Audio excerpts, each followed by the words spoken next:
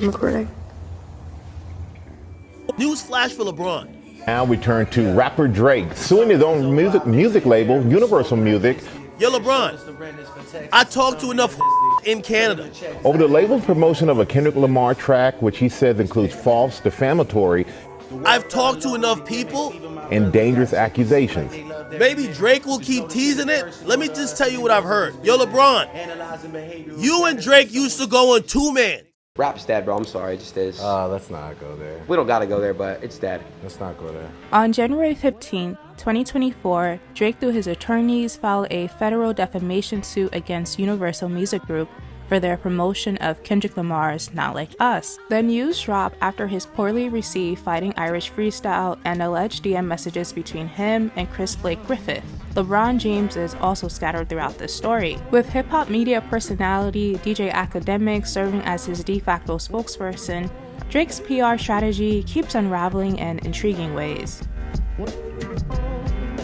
I'm Sayou Cooper, and this is The Griots, reporting on hip-hop culture through a mix of soapbox editorials, weird commercial breaks, and some very serious guests. I listen to a lot of you're saying. I'm like, yo, this guy's spitting facts. But I'm like, man, this guy might be radioactive, though. Do you think I stan Drake a little too much? DJ Academics asked Lil Yachty on the Rappers A Safe Place podcast in 2023. For hip-hop heads, especially since the 2024 rap war between Kendrick Lamar and Drake, the question seems rhetorical. At the height of the beef, when rap fans crave more information and gossip from behind the scenes, certain media or music personalities emerge as mouthpieces for their respective sides. Sources who had direct access to the two rappers, unlike hip-hop journalists like me. On the Kendrick Lamar side, it was West Coast DJ Head and key staff at Top Dog Entertainment. On the Drake side, it was more scattered. Based on information disclosed by journalist Rob Markman, who said he declined an offer from a team connected to Drake's OVO to show the boy some love, it can be speculated that Drake's team was feeding information to multiple sources in return for positive commentary. But if you're narrowing down Drake's mouthpieces, the two conceivable media personalities are DJ Academics and Mal from the Rory and Mal podcast. Rory and Mal, throughout the diss track timeline, insinuated they had some behind-the-scenes knowledge. Rory referenced the "Drop and Give Me 50" line from Drake's Push-Ups days before it was released. I didn't hear none of the records. You never heard anything beforehand? Nah. Because that is a narrative. Because that was a narrative. In 2024, Academics and his multiple social media platforms topped the #1 spot on Complex Media Power Ranking. Glancing at the rankings from 2023 and 2024, one has to wonder, what is the motivation of Complex, a hip-hop media platform in its own right, to create such a list and the qualifications to be crowned on this list? But in their analysis, Complex noted, the unofficial birth of CNN and the 24-hour news cycle came with the Gulf War.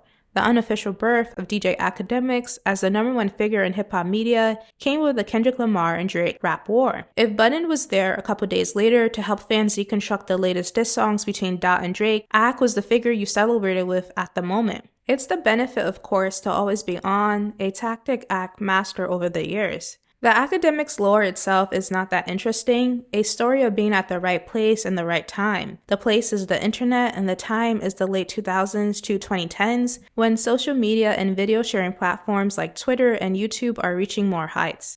Academics has the skill of Gab from his diss-jockeying days in college and viewpoints of a sexist, hyper-masculine, cis-heteronormative male that is very enticing to boys and men on the internet. His grand debut in alternative hip-hop media is through the War and Chirac channel. From there, Academic perfects his growth formula, relying on sensationalism and hip-hop commentary for white boys and black youth so entrenched in their trauma, they can't see the red flags in his content. And the red flags are many, but Academics is still rewarded by hip-hop consumers and gatekeepers like Complex. The company broadened Academics' reach and legitimacy when he was selected as a co-host on their daily morning show, Everyday Struggle, along with Nadeska Alexis and Joe Budden.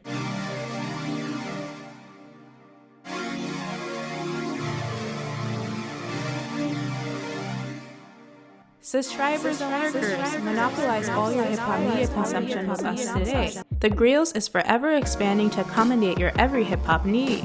Our latest venture, Griot Flow, is a curated playlist for the diaspora that can be found on all your major music streaming platforms like Spotify, Apple Music, and YouTube. Track 21 on this month's update is actually our first music submission and from rapper JoeJas. The instrumental for Left Hearted Bandit is what you're hearing now. Yo, what's up? I'm JoeJas. That's JoeJas, no space in the middle. I'm a rapper, producer, engineer.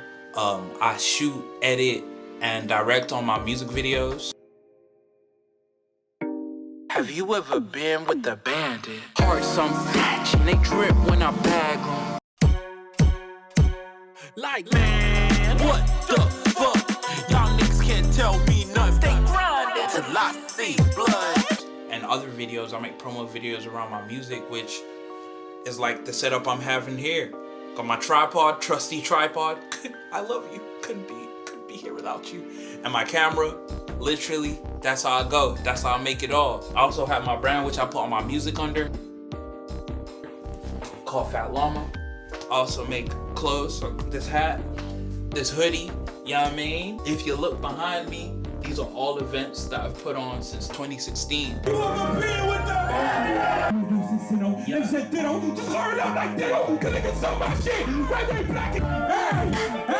Trying to find your own path. You welcome with the gaps and no mask. To the freaks, geeks, losers, keep going in the way that you cruise. To dip out the car, leave so burnt, but you know what's up. But you got my number and stuff, so hit me up. Come rolling on Troy. Put me on that nigga stage. Might put him out the genre, but it's sweet, call it never fade. You must dance, leave to the thing, they got it. Like, man, what the fuck? Make him say, like, man, what the fuck? I do like pop-up shops where I sell merch, do live music, a bunch of people around me, I get them to perform. It's like a whole week, like a mini festival thing. Yeah, man, that's what I do. Nah, Not Like Us is my number one. I ain't gonna lie to you. It was. Not Like Us, Bent, Euphoria, Family Matters, and Push-Ups. I don't even know how it was number one. But I lean on you niggas like a metal out of rock. Can't stop out of me and I'ma set it up and pop. I'ma get a drug. How did we get to this point, where so much of hip-hop adjacent media is becoming rooted in standard issue reactionary politics and or the cynical exploitation of pain and the death of people who still create the music? Well, it certainly didn't happen overnight. Part of the problem, unsurprisingly, is structural. Rap journalism and journalism in general has continued to crumble, and that atomization has increasingly sent hip-hop fans to social media platforms that incentivize and empower the charlatans we've been talking about. In this sense, the broader hip-hop conversation is being pulled to the right by not just the same sinister incentives, but by the same algorithms currently doing the work everywhere else. Israel Daramola for the Defactor. To understand the working relationship of academics and Drake, you'll need to understand the current landscape of hip-hop media, and maybe another debrief on journalism and media in the global north. There's no other media figure that has had the kind of influence that Rupert Murdoch has had. Can I ask you a question? Getting the word out, right? About Elon specifically. Is he your favorite African-American? There's only one Rupert that we know. Murdoch's a proper danger to liberal democracies, if liberal democracy is your thing. Journalism in the global north touts itself as objective and unbiased reporting, but it's not. It's journalism, especially in Europe, Australia, and North America, that favors imperialist, white supremacist, capitalist, patriarchal narratives on the world. On the African continent, when conflict erupts, instead of recognizing the colonial history that led to chaos, legacy media outlets in the global north place the blame fully on Africans themselves. Newsroom and editorial staff are predominantly white, which influences the stories that are told. These are the conditions in which hip-hop journalism exists. Hip-hop consumers seeking personalities outside of the conventional media outlets for their rap news is not just a rap thing. Social media has transformed the way media reaches us and who we engage with. For viewers and subscribers of this channel, Academics' brand is very radioactive. but for Drake and his media strategy, it's a perfect fit. Every year since 2020, there's been at least one controversy that inspires the rap community to finally cancel Akademiks. It never happens because Akademiks and his viewpoints are not a fringe fraction of hip-hop media. His right-wing affiliations and conservatism are actually the majority. Hip-hop culture has always been a hyper-masculine culture, and the performance of black masculinity was a huge part of 2024's rap war. LeBron, what a legendary night in NBA history. You're breaking the all-time scoring record. I'm not naming no names, but you know who you running around with, and you know what you're doing, and you know what you're threatening. Nah. You don't put your lips to your man ear, though. Oh, yeah, nah. You're right. So if you that, then be that. But don't be that and also carrying out. One of the brothers that ended up getting charged and convicted in the robbery case that had to do with me. I saw you post a video. That was a cute segment. J. Cole was viewed as too sensitive for apologizing. Kendrick repeatedly says he's not our savior, but still affirms himself as the messiah of the culture. Similar to black men leading the household, Drake does everything to be viewed as that guy. By feeding Akademiks exclusive information, Drake is simply nourishing his work relationship with hip-hop media's king, an ally he needs considering the bad press around his loss to Kendrick Lamar. The benefits for Akademiks in this arrangement are limited and unclear. There is no picture proof of the two ever being in the same room together, and as proven in the Chris Blake Griffith situation, the exclusive information Akademiks is receiving from Drake is not always truthful. We're going to start with Jomo. We'll start with Jomo. And you are a guardian angel and designer.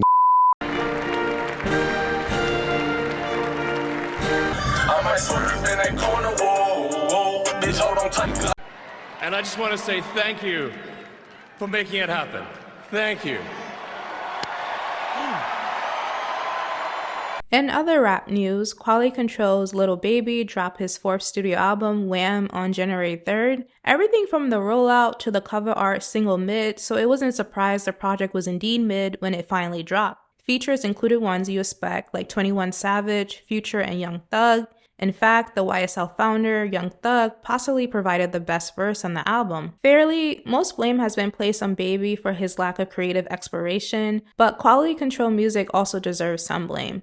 When the label emerged in the mid-2010s with OG Mackle and Migos, it was seen as a successor to the Young Money Cash Money crew. But 10 years later, except for Migos, none of their roster has the longevity of YMCM's Big Three. While Lil Wayne and Birdman certainly have their business flaws, they provided proper mentorship and artist development for Drake and Nicki Minaj. Quality Control's central strategy has been virability and overnight success for his acts, a plan that is not sustainable long-term. Lil Baby released 4 mixtapes in 1 year under the label before releasing his debut studio album. Quality Control definitely provides its own version of artist development, but it seems more like an instant ramen packet compared to the 5-star ramen restaurant down the street. The resurgence of roster artists like Yachty and JT appears to be based on more independent personal artistic growth rather than the label's encouragement. Me, I'm humble in it, but at the same time, I like to think that man put like a lot of man onto the night tech thing.